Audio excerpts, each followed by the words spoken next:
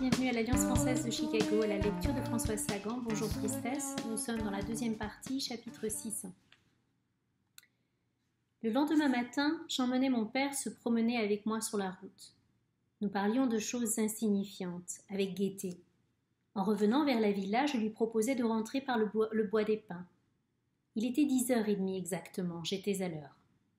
Mon père marchait devant moi car le chemin était étroit et plein de ronces qu'il écartait au fur et à mesure pour que je ne m'y griffe pas les jambes.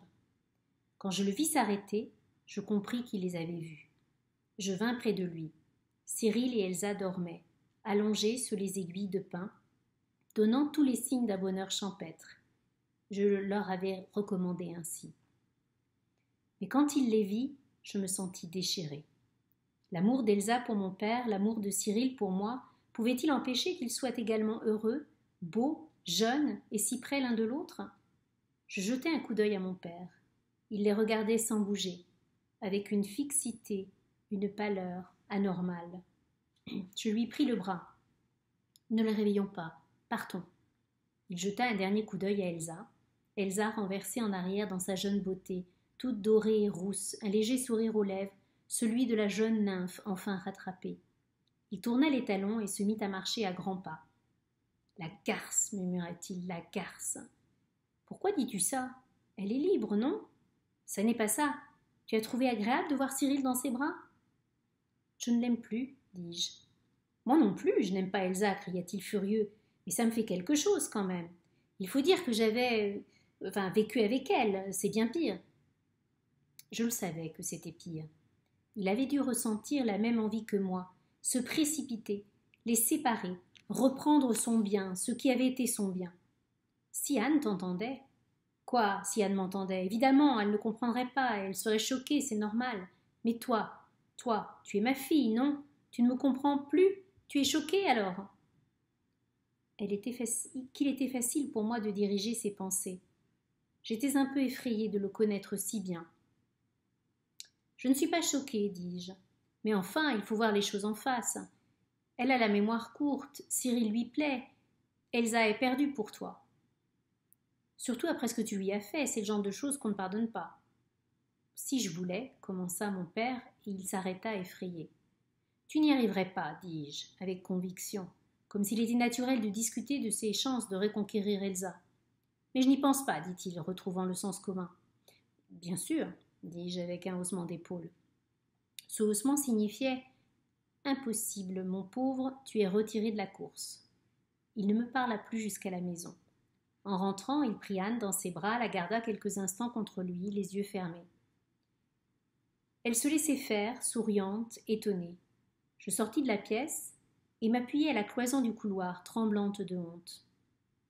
À 2h, j'entendis le léger sifflement de Cyril et descendis sur la plage. Il me fit aussitôt monter sur le bateau et prit la direction du large. La mer était vide, personne ne songeait à sortir par un soleil semblable. Une fois au large, il abaissa la voile et se tourna vers moi. Nous n'avions presque rien dit. Ce matin, commençait-il. Tais-toi, dis-je, oh, tais-toi. Il me renversa doucement sur la bâche. Nous étions inondés, glissants de sueur, maladroits et pressés. Le bateau se balançait sur nous régulièrement. Je regardais le soleil juste au-dessus de moi, et soudain le chuchotement impérieux et tendre de Cyril. Le soleil se décrochait, éclatait, tombait sur moi. Où étais-je ? Au fond de la mer, au fond du temps, au fond du plaisir. J'appelais Cyril à haute voix. Il ne me répondait pas, il n'avait pas besoin de me répondre. La fraîcheur de l'eau salée ensuite, nous rions ensemble, éblouis, paresseux, reconnaissants. Nous avions le soleil et la mer, le rire et l'amour. Les retrouverions-nous jamais, comme cet été-là, avec cet éclat, cette intensité que leur donnait la peur et les autres remords? J'éprouvais en dehors du plaisir physique, et très réel que me procurait l'amour, une sorte de plaisir intellectuel à y penser. Les mots « faire l'amour » ont une séduction à eux, très verbale, en les séparant de leur sens. Ce terme de faire, matériel et positif, uni à cette abstraction poétique du mot amour, m'enchantait. J'en avais parlé avant sans la moindre pudeur, sans la moindre gêne, et sans en remarquer la saveur. Je me sentais à présent devenir pudique. Je baissai les yeux quand mon père regardait Anne un peu fixement. Quand elle riait de ce nouveau petit rire bas, indécent, qui nous faisait pâlir, mon père et moi, et regarder par la fenêtre. eussions-nous dit à Anne que son rire était tel qu'elle ne nous eût pas cru. Elle ne se comportait pas en maîtresse avec mon père, mais en amie, en tendre amie. Mais la nuit, sans doute, je m'interdisais de semblables pensées, je détestais les idées troubles. Les jours passèrent, j'oubliais un peu Anne et mon père et Elsa. L'amour me faisait vivre les yeux ouverts, dans la lune aimable et tranquille. Cyril me demanda si je ne craignais pas d'avoir d'enfants. Je lui dis que je me remettais à lui, il sembla trouver cela tout naturel. Peut-être est-ce pour cela que je m'étais si facilement donnée à lui, parce qu'il ne me laisserait pas être responsable, et que si j'avais un enfant, ce serait lui le coupable. Il prenait ce que je ne pouvais supporter de prendre, les responsabilités. D'ailleurs, je me voyais si mal enceinte avec le corps mince et dur que j'avais.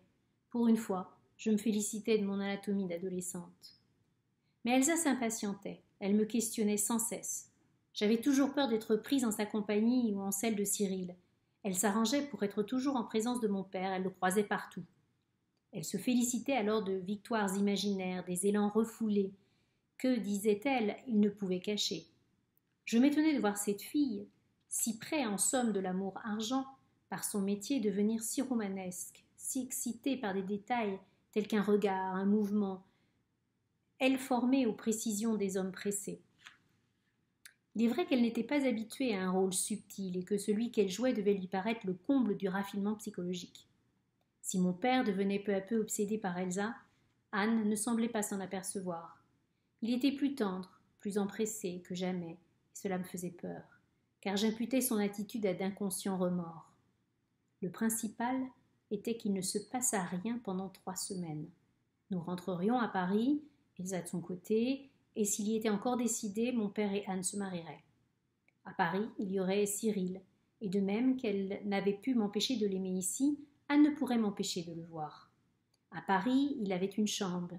Il y avait une chambre loin de sa mère. J'imaginais déjà la fenêtre ouverte sur les ciels bleus et roses, les ciels extraordinaires de Paris, le roucoulement des pigeons sur la barre d'appui, et Cyril et moi sur le lit étroit. Bonsoir et à demain.